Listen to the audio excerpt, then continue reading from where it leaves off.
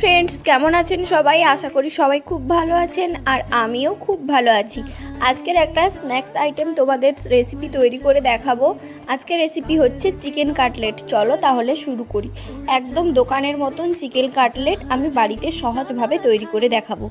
तार जोन्नो प्रथमे आमी 200 ग्राम चिकेन निয়েছি, ताते कड़ाईते दिए लवण और एकटू हलुद गुঁড়ো दिए भालो करे माखिए सामान्य जल दिए किन्तु आमी एकटू हालका सेদ্ধ करे नेब चिकेनटाके। देखो चिकेनटा सेদ্ধ हो गेছে, এখন আমি তুলে নিয়ে হাত দিয়ে এইভাবে ভালো করে ছাড়িয়ে নিচ্ছি চিকেনটাকে। পুরোটা করে নিই চলো। তারপরে দেখো পুরো চিকেনগুলো কিন্তু আমার কিমার মতন করা হয়ে গেছে। এখন এর উপরে দিয়ে দিচ্ছি আমি সেদ্ধ করে রাখা আলু। আলুগুলোকে কিন্তু ম্যাশ করে নিতে হবে। তারপরে দিয়ে দেব আমি পেঁয়াজ কুচি। তারপরে দিয়ে দেব আমি এখানে কাঁচা লঙ্কা কুচি, রসুন কুচি,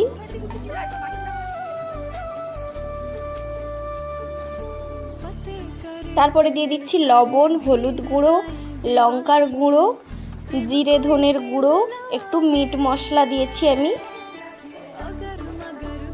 তারপরে দিয়ে দিচ্ছি সামান্য গোলমরিচের গুঁড়ো আর সয়া সস।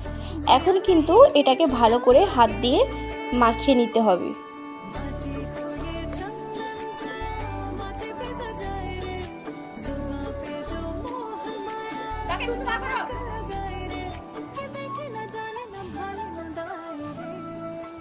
हाथ दिए देखो भालो करे माखानो हो गेছে।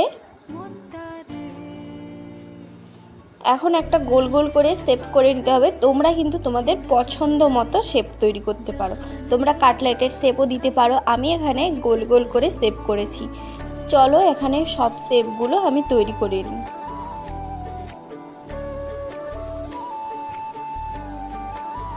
सब काटलेटगुलो देखो आमार एखानटाय रेडी हो गेছে। এখন আমি একটা প্লেটে নিয়েছি ব্রেড ক্রামসের গুঁড়ো আর একটা নিয়েছি আমি ডিম। ডিমকে ভেঙে ফেটিয়ে নিয়েছি।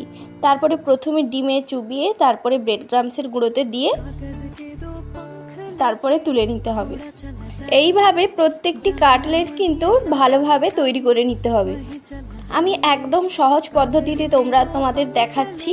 তোমরা এই প্রসেসে কিন্তু খুব সহজভাবে বাড়িতে চিকেন কাটলেট তৈরি করে নিতে পারবে। বেশি দাম দিয়ে কিন্তু দোকান থেকে কিনে আনার কোনো প্রয়োজন নেই। তারপরে কড়াইতে আমি পরিমাপ মতন তেল দিয়ে দেব। তেলটা হালকা গরম করে নিতে হবে। দেখো তেলটা কিন্তু গরম হয়ে গেছে। এখন আমি কাটলেটগুলো তেলে ছেড়ে দেব।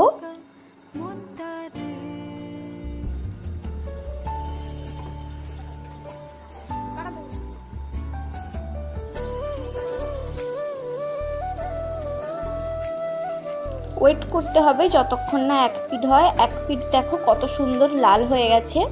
এখন আমি আরেক পিঠ উল্টে দেব। দু সাইডটা কিন্তু ভালো করে লাল করে ভেজে নিতে হবে। কত সুন্দর লাগছে দেখো আমাদের কাটলেটটা দেখতে। এখন কিন্তু দু পিঠ লাল হয়ে গেছে। এই পর্যায়ে কিন্তু আমি তুলে নেব।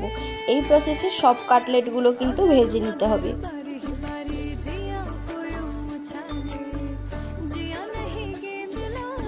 আর হ্যাঁ, ভিডিওটি কেমন লাগলো অবশ্যই জানিও। ভালো লাগলে প্লিজ সবাই like, comment, share and subscribe করে দিও। বাই।